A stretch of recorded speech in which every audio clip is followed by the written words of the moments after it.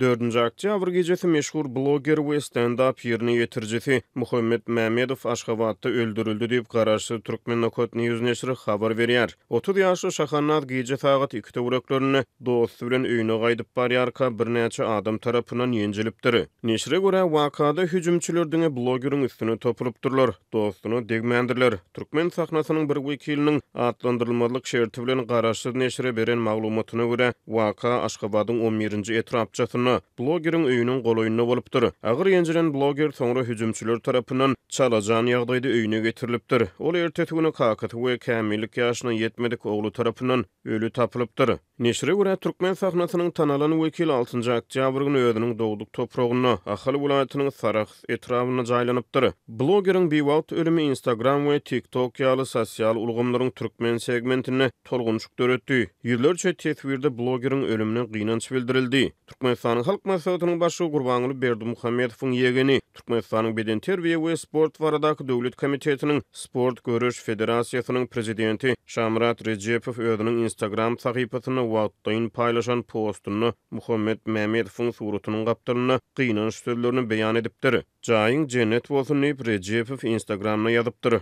Türkmen Nokot News bilen habarlaşan çeşmeniň sözlerine görä blogger birnäçe aý mundan ozal Türkiýeden Türkmenistana dolanypdyr. Ol hiç açan özüne awanýan nähildir bir wehimler barada ýa-da kimdir biri bilen aradaky dawa jenjeler barada gurrun etmendir. Bu hadise boýunça Aşgabatda häkimetler tarapyndan jenaýet işiniň gozgulyp-gozgulmanlygy ma'lum näli. Türkmenistanyň içeri işler ministrligi ýurdun çägine bolup geçýän jenaýet hadiseleri barada hasabat bermeýär. Merhumun kardeşleri we sosial media tetwirçileri bu facialy waka barada käbir düşnüksiz ýagdaýlary ünti çekýärler. Birinjilik bilen nädip adaty bozgoklar ýa-da ýöneköý ötegüçiler bir adamy çalajan edip ýenjip bilýärler we soňra bolsa öz öýüne eltip bilýärler. Bu ýagdaý munyň tersine suwd edýär. Mehmedow garaşypdyrlar we bilhassaýyn ýenjipdirler. Ikinjilik bilen Aşgabatda tas her ädimde diýen ýaly noluki, ýani polisiýanyň kabinalary bar we işgärler gije günni nowbatçylyk edýärler. Nädip şeýle uruş wagtyny hiç kim hiç zada aňmady diýip Türkmen Nokot News ýazýar.